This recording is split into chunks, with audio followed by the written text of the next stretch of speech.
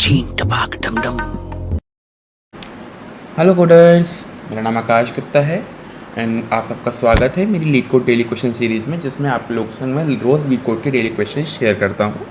तो I hope आप लोगों को मज़ा आ रहा होगा मेरी इस लीड कोड सीरीज़ में, जिसमें आपके संग मैं नई नई ट्रिक्स मैं आपके संग शेयर करता हूँ, है ना। तो आप लोग मेरे संग इसी जर्नी में बने रहें, आपकी कोडिंग काफ़ी अच्छी हो जाएगी, है ना। तो चलिए शुरू करते हैं। आज का जो क्वेश्चन है 2022 है ना, convert 1D array into 2D array, है ना। तो हमें एक 1D एरे है 2D एरे में कन्वर्ट करना है। इजी टैग का क्वेश्चन है, मतलब ये काफ़ी इजी क्वेश्चन होगा। जब लीड कोड इजी कह देता है तो वो इजी ही होता है ना।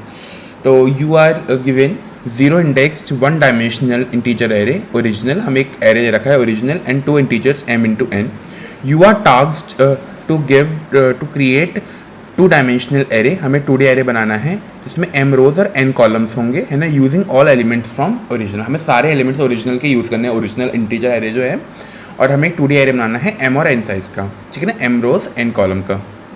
The elements from indices 0 to n minus 1, 0 to n minus 1 and n minus 1 of original should form first row of 2D constructed array. हमें बताया गया कि कहाँ से कहाँ तक के एलिमेंट्स फर्स्ट रो बनाएंगे, है ना। n से 2 इंटू n माइनस 1 तक के एलिमेंट्स हमारे सेकेंड रो बनाएंगे, ऐसे ही हमारे बनाते रहेंगे। तो हमें इस चीज़ को हम यूज़ कर सकते हैं अपनी आने वाली चीज़ों में, ठीक है ना। तो हमें बेसिकली ये बताना है, हमें अपना एरे बनाना है ना। तो 2D एरे हमें क्वेश्चन दे रखा है, जैसे ये एग्जाम्पल दे रखा है इनका। ये हमें एक 2D एरे दे रखा है, एक 1D एरे दे रखा है ना। 1D एरे में क्या है 1 2 3 4, 1 2 3 4, और ये m दे रखा है 2, n दे रखा है 2। m रोज होनी चाहिए, n columns and 2 rows 2 columns. तो हमें बेसिकली एक 2 रोज 2 कॉलम वाला एक एरे, तो यहाँ पे 2 रोज हैं, है ना, और 2 ही कॉलम हैं। तो हमें बेसिकली इसको इनपुट कर देना है। तो 0 से n माइनस 1 तक, 0 से n माइनस 1 कितना हो गया 1, है ना। तो 0 से 1 1 2, है ना, ये हमारा फर्स्ट रो बनाएंगी, ये हमारी फर्स्ट रो बनाएंगी, है ना। n से 2 into n minus 1, 2 into n minus 1, तो n क्या है हमारा 2, 2 इंटू 2 माइनस 1, 2 इंटू 2 4 माइनस 1 कितना होता है 3। तो 2 से 3 तक हमारा सेकेंड रो बनाएंगे। तो बेसिकली हमारा 2D एरे बन गया एक। हमें ऐसे ही इसको फॉर्मेट करना है, हमें ऐसे ही इसे फॉर्म करना है ना। ऐसे अगर आप इस वाले को भी देखें तो यहाँ पे ये है हमारा ऐसे एक एरे बना रखा है 1 2 3, और m 1 है n 3 है ना। तो बेसिकली हमारा 0 से n माइनस 1 कितना है 2। तो 0 से यहाँ तक का हमें पहले वाले में डाल देना है, पहली रो में डाल देना है ना। उसके बाद अगली रो के लिए अब हमारे पास एलिमेंट्स ही नहीं बचे, तो हमें कुछ नहीं करना है, हमें यही रिटर्न कर देना है। यही हमारा 2D एरे है, यही हमारा एक 2D एरे है ना।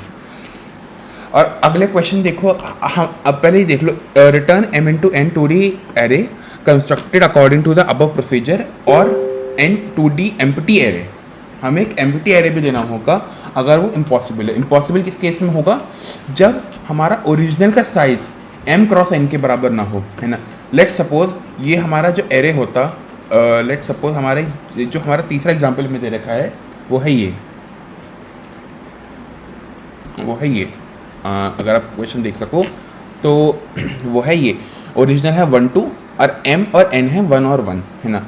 तो इसका साइज, ओरिजिनल का साइज हमारा 2 है, और m क्रॉस n कितना है 1, m क्रॉस n कितना है 1। तो बेसिकली हम यहाँ पे ये 1 और 2 है यहाँ पे, है ना, और m 1 है n 1 है। तो बेसिकली यहाँ पे हमें बस यही बनाना है, हमें इसी में सारे एलिमेंट्स अपने पुट करने हैं। इसका रो 1 है, इसके कॉलम 1 है, हमें इसी में सारे एलिमेंट्स पुट करने हैं। अब इसमें हमारे दोनों एलिमेंट्स तो नहीं आ सकते ना, तो बेसिकली यहाँ पे ये इम्पॉसिबल है। तो हम यहाँ पे एम्प्टी रिटर्न कर देंगे, अपने एरे को एम्प्टी रिटर्न कर देंगे, कुछ नहीं भरेंगे उसके अंदर। तो अगर आप इसका वो देखो कि मैं कैसे से कर सकता हूँ, मैं इसे कैसे कर सकता हूँ। तो जैसे मेरा सपोज ये मुझे वो दे रखा है, वेक्टर दे रखा है 1 2 3 4, है ना। मैं यहाँ से एक आई वेरिएबल लेके चलूँगा, है ना। आई, है ना। अब मैं लूप शुरू किया अपना, आई मेरा इस साइज़ से कम होना चाहिए, मेरा इस साइज़ से कम होना चाहिए, ओरिजिनल के साइज़ से कम होना चाहिए, तो यहाँ पे तो काफ़ी कम है ना। अब मैं यहीं से एक जे लूप शुरू करूँगा और जे वेरी होगा मेरा, जे मेरा जब वेरी होगा वो यहाँ से लेके एन तक, तो एम मेरा क्या है 2, एन क्या है 2, है ना। तो जे यहाँ से एन साइज तक चलना चाहिए, यहाँ से एन साइज तक चलनी है, मतलब मुझे इतने नंबर ऑफ कॉलम्स चाहिए, इतने नंबर ऑफ एन क्या है नंबर ऑफ कॉलम्स, तो हमारी एक रो, हर रो में जितने कॉलम्स होंगे सारे इनपुट करने होंगे। तो हम एक वेक्टर लेके हमें जे 0 से 2 तक हमें इनपुट करना है, 0 से 2, 0 से लेस देन 2 तक, 0 से लेस देन 2 तक। तो हम यहाँ से इसको इनपुट करता हुआ चलेंगे, है ना। पहले में क्या आया 1, फिर आया 2, 1 और 2, ये हमने अपने ओरिजिनल वेक्टर में इनपुट कर दिया, तो हमारा ओरिजिनल वेक्टर में 1 और 2 इनपुट हो गया, है ना। अब जे मेरा यहाँ पे है ना। अब मैं आई को यहाँ शिफ्ट कर दूंगा, फिर मेरा जे इधर आएगा, है ना। फिर मैं 2 साइज तक चलाऊंगा, 2 साइज तक चलाऊंगा तो मेरा आएगा 3 और 4, फिर मैं से इसमें इनपुट कर दूंगा 3 और 4, है ना। अब मेरा आई फिर से बढ़ेगा, अब मेरा आई फिर से बढ़ेगा, है ना। लेकिन अब जो आई है वो आउट ऑफ बाउंड चला गया, वो आउट ऑफ बाउंड चला गया, तो अब मुझे इसमें कुछ नहीं करना है, मुझे इसमें कुछ नहीं करना है, मेरा एरे पूरा हो गया, मुझे इसी को रिटर्न कर देना है। तो आई थिंक आपको क्वेश्चन समझ में आ गया होगा, है ना। एक बार से कोड करके देखते हैं कि कोड कैसे होगा इसका। तो पहले मैं साइज़ ले लेता हूँ अपने ओरिजिनल एरे का कि क्या साइज़ है, ओरिजिनल का साइज़ क्या है हमारा, है ना। अब हम चेक करेंगे कि एक मिनट, अब हम चेक करेंगे कि क्या जो साइज़ है ओरिजिनल का साइज़ है वो हमारा m क्रॉस n के बराबर है क्या, वो हमारे m क्रॉस n के बराबर है। अगर ये है ना तो ठीक है, और अगर ये नहीं है ना, अगर ये नहीं है, हम यहाँ ये वाला केस लेंगे, नहीं वाला केस लेंगे, तो हमें एक खाली वेक्टर रिटर्न कर देना है। तो पहले हम खाली वेक्टर ले लेते हैं जो हम फाइनली रिटर्न करने भी वाले हैं। तो हम एक आंसर करके एक वेरिएबल ले लेते हैं, एक वेक्टर ले लेते हैं जैसे हम फाइनली रिटर्न कर देंगे। अभी ये एम्प्टी है, तो अगर ये हमारा साइज़ इक्वल नहीं है तो हम एज इट इज आंसर को रिटर्न कर देंगे, हम एज इट इज आंसर को रिटर्न कर देंगे। अब अगर ये इक्वल है तो अब हमें क्या करना है ना। तो मैंने आपको बताया था हम एक फॉर लूप लेंगे, है ना। आई को लेंगे, है ना। आई को पहले 0 से 0 पर इनिशियलाइज करेंगे। आई मेरा कब तक चलेगा, जब तक वो साइज़ के बराबर है, जब तक वो साइज़ से छोटा है ना, ओरिजिनल से छोटा है। ओरिजिनल के सारे एलिमेंट्स अभी पूरे नहीं हुए हैं इसके, है ना।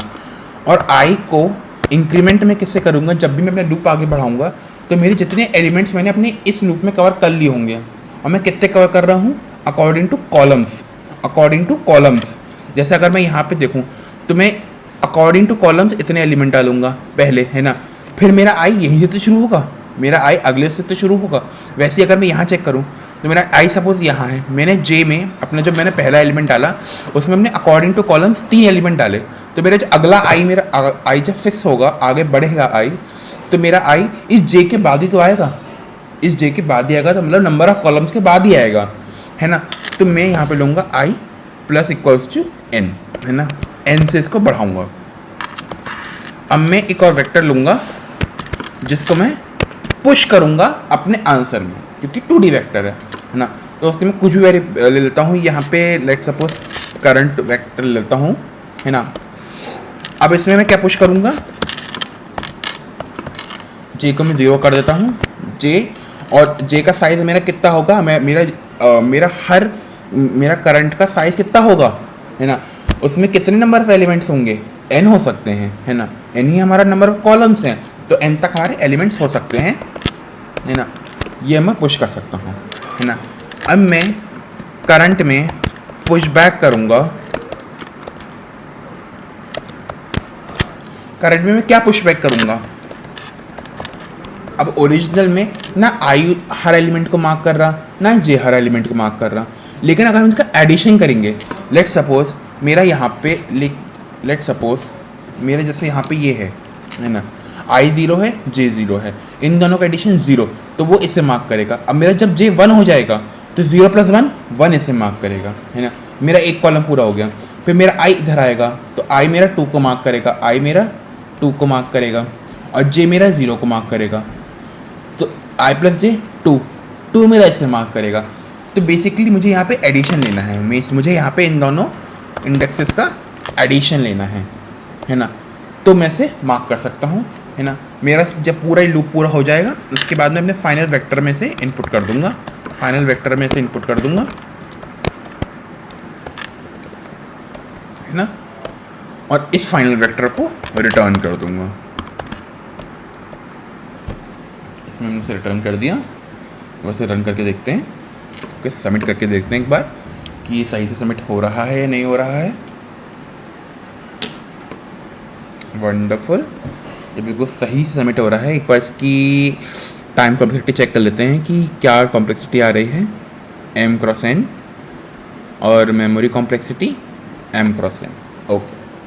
ओके गाइस, तो आई होप आपको सॉल्यूशन समझ में आया होगा। काफ़ी इजी क्वेश्चन था ये, है ना। और ऐसे ही रोज़ नए क्वेश्चंस के संग मैं आपके पास आता रहूँगा, तो मेरी वीडियोस को आप चेकआउट करते रहें। Thank you.